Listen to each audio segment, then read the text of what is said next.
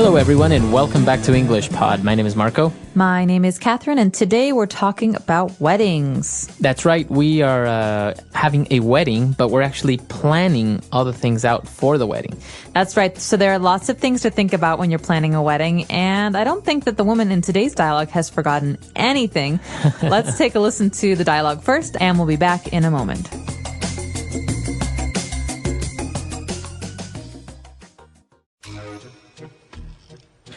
Trina, will you marry me? Yes! Jared, of course I'll marry you. Oh, babe, I can't wait to spend the rest of my life with you. I can't wait for all the adventures we're going to have, for all the fights and the laughter. I can't wait to grow old and wrinkly with you. Oh, Jared, I can't wait for our wedding. I hope you don't mind, but I've already chosen a date. 6 months from now in the summer. Melissa saw you buying the ring last month, so I had plenty of time to start planning. She what? Oh, don't worry, sweetie. I didn't know when you were going to propose. It was still a nice surprise. As I was saying, I've got it all planned out. There's almost nothing left to do. I wrote up our guest list, and we will have roughly 400 guests attending.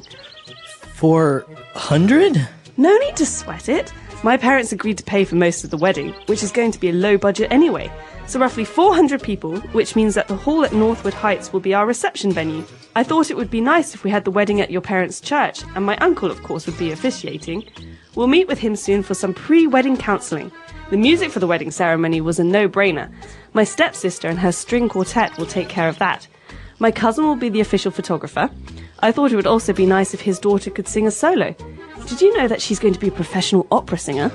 And then, of course, the ladies at the church would love to be our caterers for the banquet, and we'll get the youth group to serve us.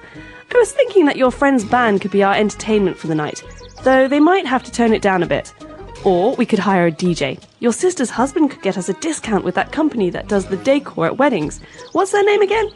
I was thinking that we could have an island paradise themed wedding, and our theme colour would be a soothing blue like aquamarine, and there will be a huge seashell on the wall behind the podium where we'll make our toasts. What do you think of small packages of drink mixes for our wedding favours? Who else am I missing? Oh, your uncle could be our florist, and his wife could make our wedding cake. Oh, wow. See, it's going to be wonderful. Oh, this wedding is going to be everything I ever dreamed of. If I survive the next 6 months.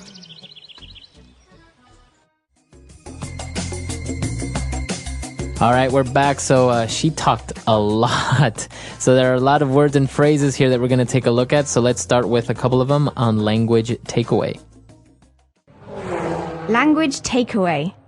All right, so on language takeaway, why don't we start off with the first word? And the basic one, before you start to plan a wedding, the guy needs to propose. Or the woman. Let's be 21st century here. Normally it's the man, but to propose in this instance means to propose marriage. So basically this is the part where someone gets down on his knee and he says, you know, sweetie pie, I want to be with you forever. Will you marry me? Right. To propose. So to propose is to ask someone to marry you. That's right. But it can also mean something else, right? To suggest. That's right. So I could propose an idea. Or I could propose a plan. But in this case, to propose has another meaning, and it's basically to ask someone to marry you. Okay, very good. So now we've proposed to someone, so we need to start planning our wedding. And I think one of the first steps is you need to know how many people are going to be there and who you're going to invite. That's right. So when you're planning a wedding, you have to think about the people that are going to attend the wedding. So you prepare a guest list. Okay, so a guest list. Now, it's pretty simple, right? You have a list where you put everyone's name there and you know how many people are coming. Exactly. Okay, a guest list. Now you have your guest list, and now you need to pick a place where your wedding will be. That's right. So we often talk about two parts to a wedding. The first part is the ceremony, the wedding ceremony. Maybe if you're religious, that happens in a church. Okay. But there's a party afterwards, and that's what we're talking about here. We're talking about a reception. Okay. A reception is basically the party part of the wedding where you drink and eat and listen to music and dance. So obviously for that, you need a space, a place to have the party, and we call it the reception venue. Okay, a venue. So, as you said, the reception is the party and the venue is the place where you have it. Now, a venue is not a specific word, right? You can use venue for many different places. That's right. So, for example, someone's having a concert. I can ask him, hey, what's the venue? Okay. That means, what is the theater, or where's this place you're going to have the concert? Okay, so for example, a stadium can be a venue, or a restaurant can be a venue. Exactly. So a venue is a place where an event can be held. Okay, very good. So now we have our reception venue, we have our guest list, and the girl was talking about her uncle officiating. What does she mean by to officiate? Okay, so like you said, the verb here is to officiate. Her uncle will be officiating. That means he will be the person who marries them. So maybe you've seen movies before where there's a priest who says, do you take this woman to be your lawfully wedded wife till death do you part? Right. That person who says that, the person who asks the questions, he or she it officiates. Okay. Officiate. So that's basically the action of marrying someone or leading the ceremony. That's right. And in America, this isn't just anybody. Someone has to have Like a license. Or has to be a priest and has to have the authority to officiate. Okay. Very good. So that's a very interesting word there, to officiate. Now, moving on, when we talk about the food for the reception venue, well, we need somebody to cook it and prepare it, and that's when we hire caterers. That's right. So a caterer is kind of like a cook, but a caterer basically arranges a meal for many people. And usually the person will bring the food to you. So, for example, if we're going to have a party, Marco, and we're going to throw it at a venue 10 miles away, the caterer will bring the food to us. Okay. Okay, so that's a caterer. You get someone to cater your wedding. That's right. Or cater a party. So I've had parties before that I've called caterers to make the food for. Okay. So basically they work with me and I tell them the kind of food I would like and they prepare it. Okay, very good. And now for our last part for the wedding planning. You have the food, you have the venue, you have everything, but you also need to decorate a little bit. And this is when you call a florist. Florist. So this sounds a lot like flower, right? Florist, flower. And then that's basically what this person does. A florist is a person who prepares flowers or who cuts flowers and uses them to decorate. Okay. So you go to the florist to buy flowers, roses, and different types of things. Okay. A florist. Very good. So 6 key words there that are related to planning a wedding. Why don't we move on now to a couple of phrases on Fluency Builder. Fluency Builder. All right, so this first phrase is a really good one. It's a little bit gross. We're talking about sweat. The woman in this dialogue says, hey, no need to sweat it. So what does this mean? All right, so if you say to sweat means when you're running, you're doing exercise, it's hot, water starts to come out of your skin. Yummy. Right? But if the person says, hey, don't sweat it, or no need to sweat it, it's a colloquial way of saying don't worry. Oh, okay. So we're not actually talking about sweat here. No. So maybe, Marco, you and I are working on a project together and I say, listen, Marco, I'm so sorry. I have a family emergency. I can't finish the project with you. Would you be able to help me out? I'm so sorry. Sure. Don't sweat it. It's not a problem. Okay. So don't worry. Don't worry. Right. So if you tell someone to not sweat it, don't sweat it, or no need to sweat it, you're basically telling them it's okay. It's not a problem. Everything's going to be fine. Great. So the next phrase here is also kind of relaxed. It's kind of laid back. So the woman is still describing some of the things she's prepared for the wedding. And she says, hey, listen, don't worry. The music was a no-brainer. Okay, no-brainer. Okay, this is really easy. Well, your brain is inside your head, right? So if you say no-brainer, it's basically saying you don't have to think about it too much, or it's very easy, very simple. Okay, so I was deciding on where to go on vacation, and the options were Thailand or Antarctica. That's a no-brainer. Right. Thailand. Obviously, I want to go where it's sunny and warm. So a no-brainer means I didn't even have to think about it. It was that easy. Right. The That's decision-making was a no-brainer. All right, so for our next phrase, the girl was also talking about the music. And she was talking about a band, maybe like a rock band. And she said, well, maybe they could play, but they would need to tone it down. Okay, so this is a favorite phrase of parents, I think, Yeah. all over the English-speaking world. Tone it down. In this case, we're talking about music. So maybe, like you said, the friend's band is a rock and roll band, and it's really loud and Right. angry and, in your face. But for a wedding, that's not appropriate. So to tone it down means to make it more appropriate for the occasion. So maybe less loud or Right. no offensive language or no swear words. Right. That's basically what tone it down means, right? If someone says you need to tone it down, it's a little bit more direct. Yeah, like you said, if your parents tell you this, it's maybe because you're being a little bit too loud or you're yelling or you're being irrespectful. Yeah. So that's why your parents would tell you, hey, you need to tone it down a bit. That's right. Or sometimes we have this in the office where someone doesn't understand how to communicate in a positive way. And so they say, oh, that paper you did was really bad. It was stupid. I don't ever want to see it again. Say, well, maybe you need to tone it down a little bit. Think about the words you're using Right. and make them a little bit less harsh. So kind of to relax, to reduce your level of being aggressive, of being loud. That's to tone it down. Exactly. Okay, a lot of great phrases there. Why don't we now go back, listen to our great dialogue one last time, and we'll be back to talk a little bit more.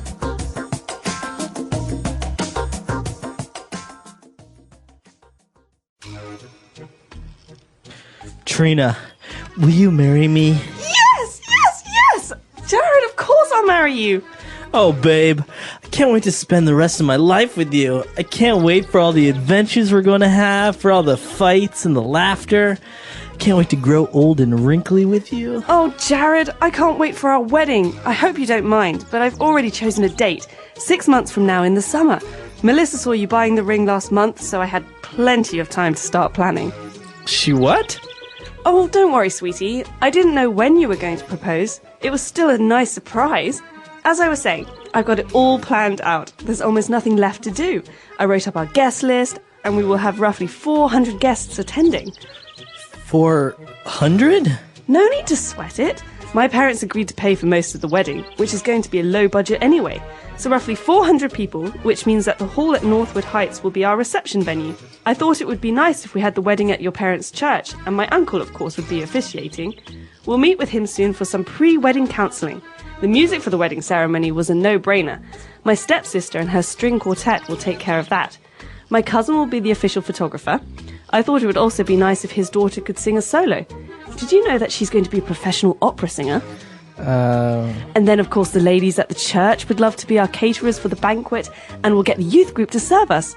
I was thinking that your friend's band could be our entertainment for the night, though they might have to tone it down a bit. Or we could hire a DJ. Your sister's husband could get us a discount with that company that does the decor at weddings. What's their name again? I was thinking that we could have an island paradise themed wedding, and our theme colour would be a soothing blue like aquamarine, and there will be a huge seashell on the wall behind the podium where we'll make our toasts. What do you think of small packages of drink mixes for our wedding favours? Who else am I missing? Oh, your uncle could be our florist, and his wife could make our wedding cake. Oh, wow. See, it's going to be wonderful. Oh, this wedding is going to be everything I ever dreamed of. If I survive the next 6 months.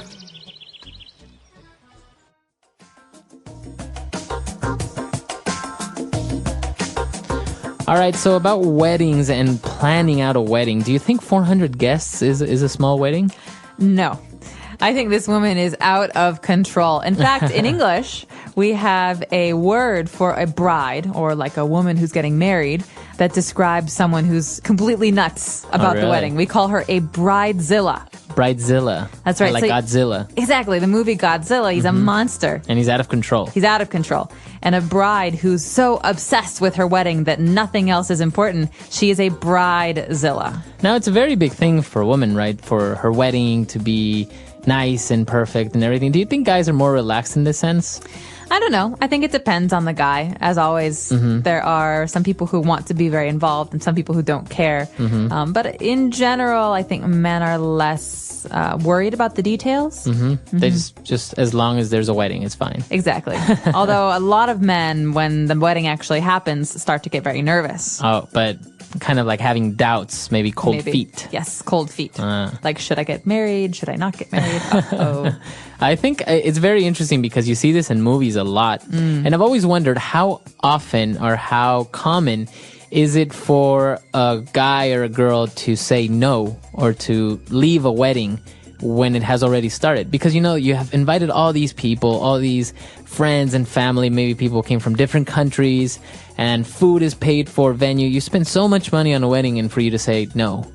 I don't know how common it is. It's very common in movies, but I don't know anyone who's experienced this. I don't either, actually, now that you bring it up. So maybe we could talk about this. Is this common in your country? First of all, do people spend a lot of money on weddings?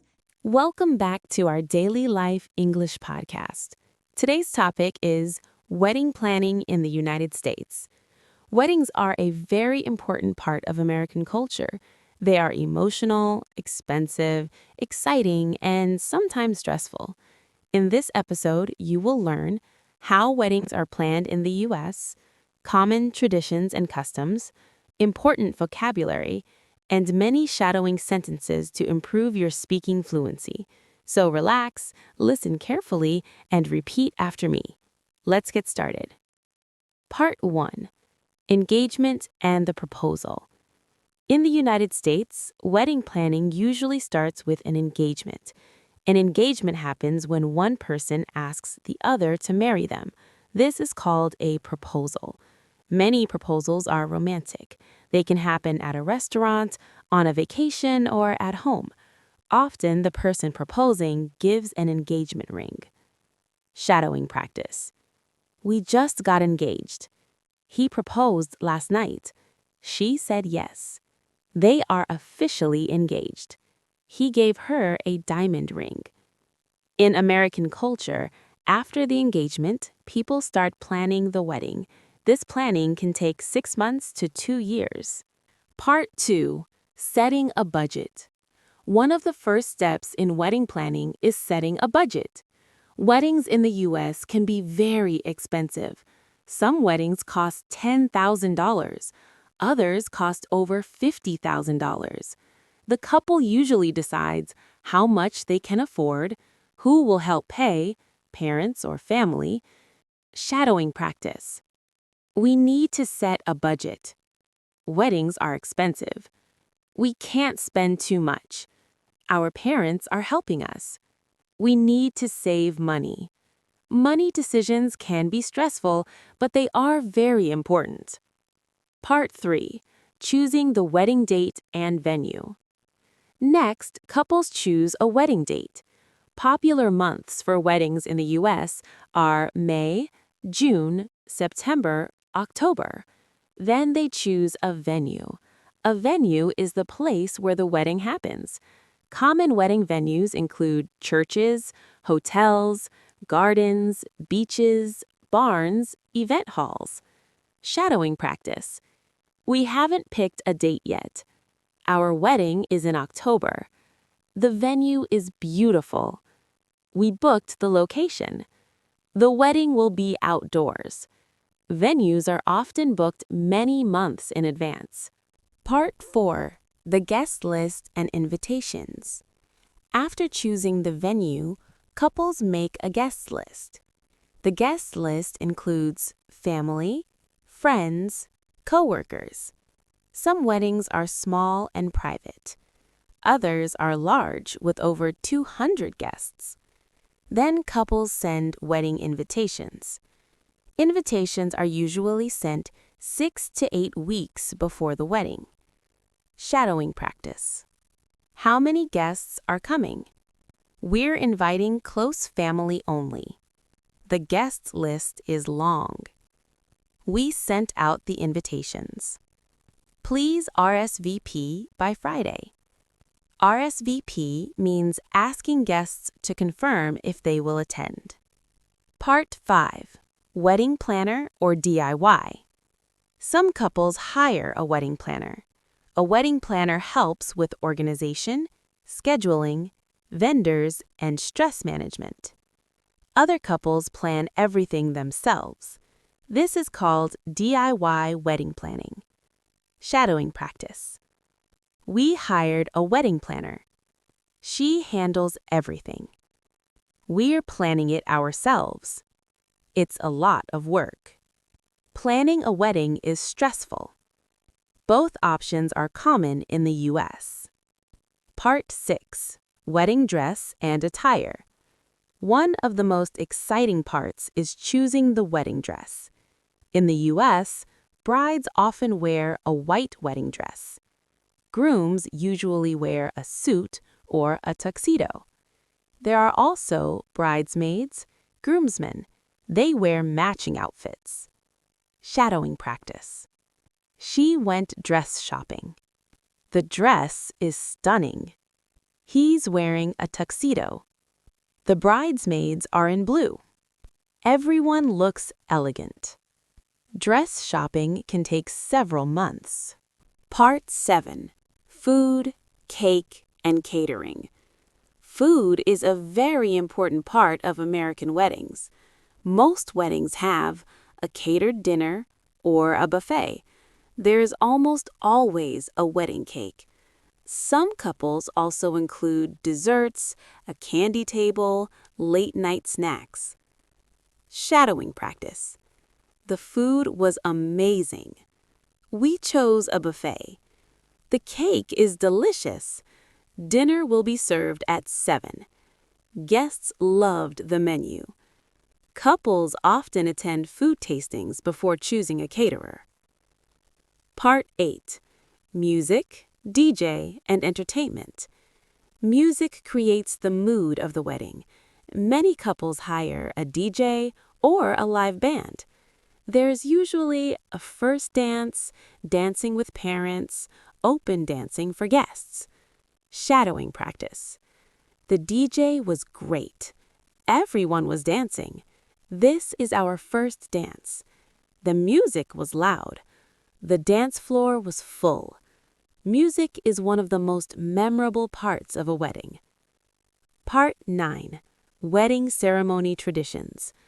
American wedding ceremonies can be religious or non-religious.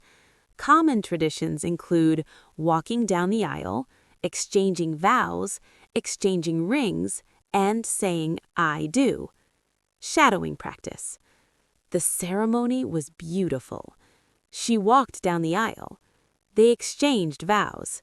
He said, "I do." They are officially married. Ceremonies are usually 20 to 30 minutes long. Welcome to the reception.